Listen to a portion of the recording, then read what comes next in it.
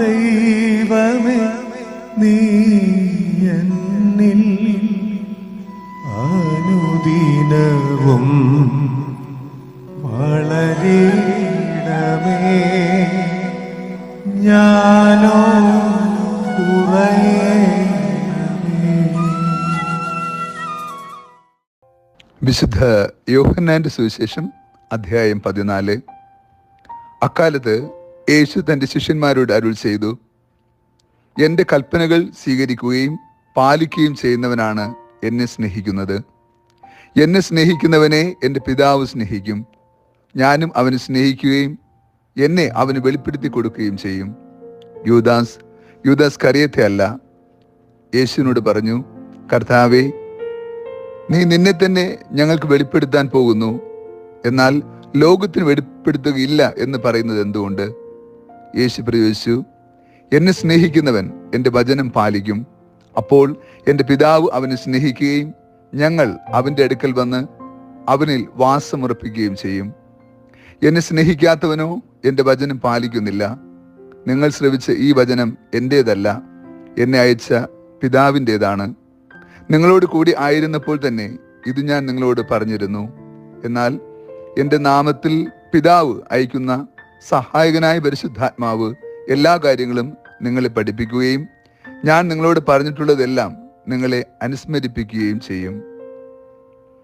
ഈശോയിൽ ഏറ്റവും സ്നേഹമുള്ള പ്രിയ ദൈവമക്കളെ, ഈ വിശുദ്ധ പ്രഭാതത്തിൽ ദൈവതിരുസന്നിധിയിൽ പ്രാർത്ഥനാപൂർവമായിരിക്കുമ്പോൾ ദൈവകൽപ്പനയുടെ ആത്മീയ കൃപ ധ്യാനിക്കാം. പിതാവായ ദൈവമക്കളായ നമ്മൾ ഈ ഭൂമിയിൽ എപ്രകാരം ജീവിക്കണമെന്ന് പഠിപ്പിക്കുന്നതിന് നൽകപ്പെട്ട ഏറ്റവും മനോഹരമായ വഴിയാണ് ദൈവകൽപ്പനകൾ. ഇന്നത്തെ സുവിശേഷത്തിലൂടെ യേശു അസന്നിഗ്ധമായി അരുൾ ചെയ്യുന്നു, എൻ്റെ കൽപ്പനകൾ സ്വീകരിക്കുകയും പാലിക്കുകയും ചെയ്യുന്നവനാണ് എന്നെ സ്നേഹിക്കുന്നവൻ. നാം ദൈവത്തെ സ്നേഹിക്കുന്നു എന്നതിൻ്റെ ഏറ്റവും മഹത്തായ അടയാളം ദൈവം നമുക്ക് നൽകിയിരിക്കുന്ന ശ്രേഷ്ഠമായ കൽപ്പനകൾ പാലിച്ച് ജീവിക്കുന്നു എന്നതാണ്. ക്രിസ്തു പിതാവായ ദൈവത്തെ സ്നേഹിക്കുന്നത് പോലെ തന്നെ അതേ സ്നേഹത്താൽ നമ്മെ ബന്ധിപ്പിക്കുവാൻ ഭൂമിയിൽ നമുക്കുള്ള ഏക മാർഗം കൽപ്പനകൾ അനുസരിച്ച് ജീവിക്കുക എന്നതാണ്.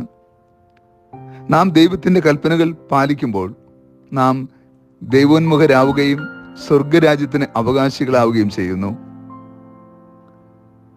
ദൈവത്തിൻ്റെ ഏറ്റവും പ്രധാനപ്പെട്ട കൽപ്പന സ്നേഹമാണ്.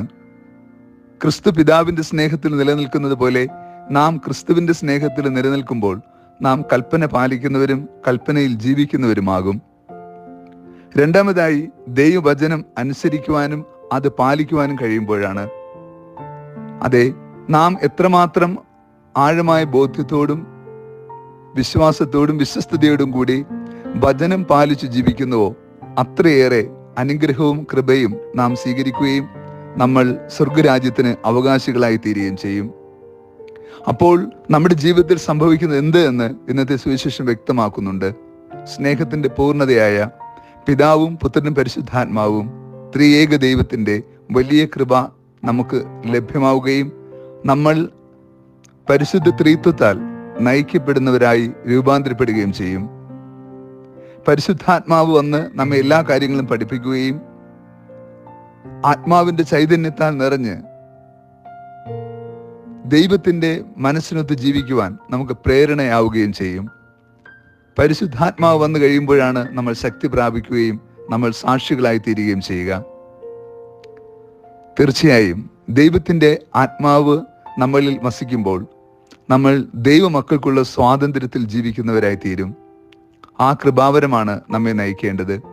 പരിശുദ്ധാത്മാവിന്റെ കൃപയില്ലാതെ നമുക്ക് ആബാ പിതാവേ എന്ന് വിളിക്കുവാനോ ദൈവത്തിന്റെ സ്നേഹത്തിൽ, അവന്റെ വചനത്തിൽ, അവന്റെ വാക്കുകളിൽ, അവന്റെ പ്രവൃത്തിയിൽ, അവന്റെ തിരുവിഷ്ടമനുസരിച്ച് ജീവിക്കുവാൻ സാധ്യമല്ല. പരിശുദ്ധാത്മാവിനാൽ നിറയുമ്പോൾ നമ്മൾ പുതിയ സൃഷ്ടികളായി തീരുകയും ദൈവത്തിന്റെ മനസ്സ് മനസ്സിലാക്കുന്നവരായി തീരുകയും ചെയ്യും. ക്രിസ്തു ഈ പുണ്യഭൂമിയിലായിരുന്നത് ദൈവാത്മാവിനാലാണ് നയിക്കപ്പെട്ടത്. യേശുവിന്റെ ജീവിതത്തിലെ എല്ലാ പ്രവർത്തനത്തിലും ആത്മാവിന്റെ ചൈതന്യമുണ്ടായിരുന്നു. ആ ചൈതന്യത്തിൽ നിന്നുകൊണ്ട് പഠിപ്പിക്കുകയും പറയുകയും പ്രവർത്തിക്കുകയും ചെയ്തപ്പോൾ അതെല്ലാം സ്വർഗോന്മുഖമായി. പിതാവിൻ്റെ ഇഷ്ടം നിറവേറ്റുന്ന വത്സലപുത്രനായി ക്രിസ്തു രൂപാന്തരപ്പെട്ടു. നമുക്കും അതേ വഴിയിലൂടെ യാത്ര ചെയ്യുവാനുള്ള ഏറ്റവും സുന്ദരമായ പാത ഇത് തന്നെയാണ്. ദൈവാത്മാവിന് യോജിച്ച വിധം വാക്കും പ്രവൃത്തിയും ക്രമപ്പെടുത്തുക. അപ്പോൾ വചനാധിഷ്ഠിതമായി ജീവിക്കുവാനും ദൈവത്തിൻ്റെ സ്നേഹത്തിൽ നിലനിൽക്കുവാനും നമുക്ക് അർഹത ലഭിക്കുകയും നമ്മൾ ദൈവമക്കളായി രൂപാന്തരപ്പെടുകയും ചെയ്യും. ഈ വിശുദ്ധ ദിനം നമുക്കും പ്രാർത്ഥിക്കാം.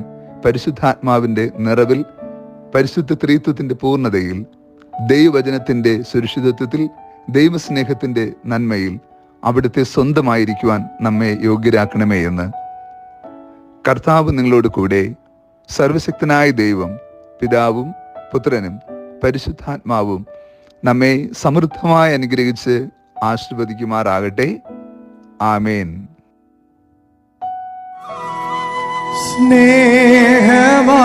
ദൈവമേ, നീ എന്നിൽ അനുദിനവും വളരണമേ.